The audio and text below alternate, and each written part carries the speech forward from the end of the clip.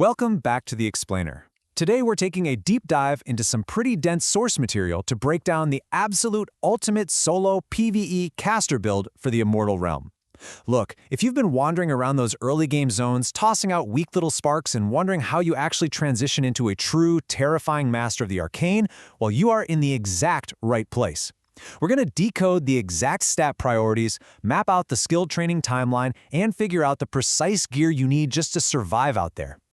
So let's jump right in with a defining quote from the guide that really sets the promise of this entire build. It says, "A full mage handles most PvE content through positioning, control, and burst damage rather than tank and spank." What this really means is that there is absolutely zero standing still and just trading blows. This isn't just about throwing fireballs and hoping for the best, it's a completely different philosophy of combat. It definitely takes time to master, but man, does it pay off massively in the end. We've got a clear roadmap today to take your character from a fragile novice in New Haven all the way to a time-woven armored powerhouse. We'll be hitting 1. The solo caster promise. 2. Foundation, stats and skills.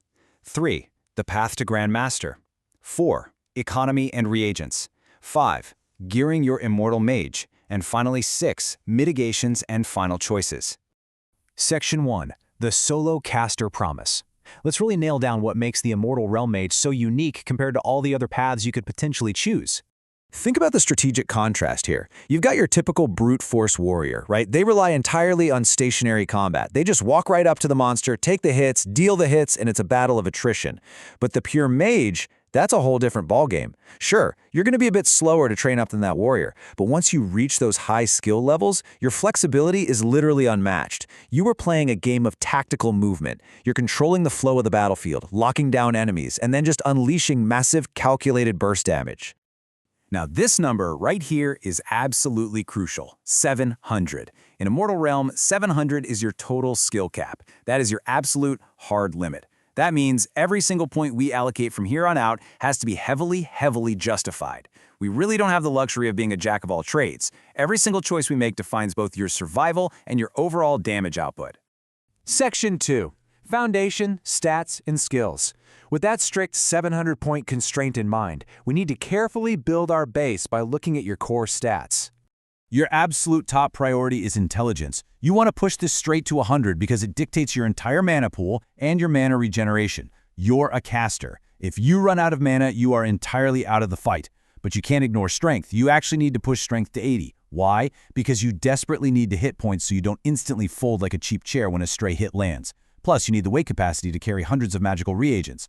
Finally, dexterity sits at a modest 45, which honestly just gives you enough casting speed and a tiny bit of dodge capability. So how do we spend those 700 skill points? This specific combination of 100-level skills basically creates a perfectly self-sufficient engine of magical destruction. We lock Magery and evaluating intelligence at 100. That covers your primary spells and scales your damage up as high as it will go. Then we pair that with 100 in meditation and resist spells for rapid mana regeneration and to ensure enemy magic doesn't just wipe you off the map. Next up, we add 80 to 100 in Inscription. This is a game changer for reagent independence because it lets you craft scrolls, plus it gives you a really sweet bonus to your spell damage.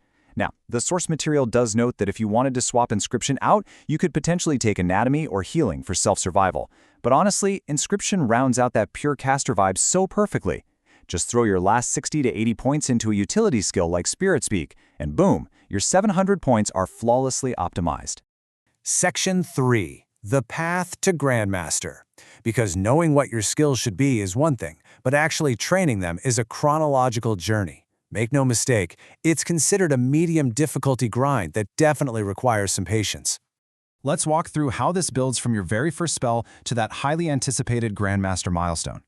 At 0 hours, you're just at the trainers in New Haven, buying your basic skills up to 30. From there, you're heading to the Mage Tower, literally just casting at training dummies until your core skills hit 60. But right around that 40 to 60 hour mark, you hit the mid-skill tier. Your cores are pushing 80, you're out hunting low-tier mobs in the field, and this is where that real mage feeling finally kicks in. You're actually controlling fights. And then, at the 100 to 150 hour mark, you finally reach Grandmaster. All your template skills hit 100, and you unlock the full, devastating power of the class. Section 4. Economy and Reagent Management. Well, before you hit Grandmaster, you're going to run into the classic early game pinch. To cast spells, you need Regents, and to get Regents, you need gold. A pure mage burns through reagents constantly. It is literally the lifeblood of your character. So you've got to follow these practical rules straight from the guide to avoid going entirely broke or running empty in the middle of a dungeon. Always carry over 100 of all your core reagents. Your black pearl, your garlic, ginseng, mandrake root, all of it. Buy them in bulk from city NPC mage shops because it's significantly cheaper. Leverage that inscription skill we talked about to craft scrolls. Yes, it costs reagents to make the scroll once, but then you can cast that spell in an absolute emergency without burning your loose reagents. And critically, keep a massive bank reserve of 500 plus of each reagent for those super long dungeon sessions. So how do you pay for all of this? You align your gold farming with your current power stage. That is exactly how you sustainably fund those massive bulk reagent purchases. In the early game, do not overextend.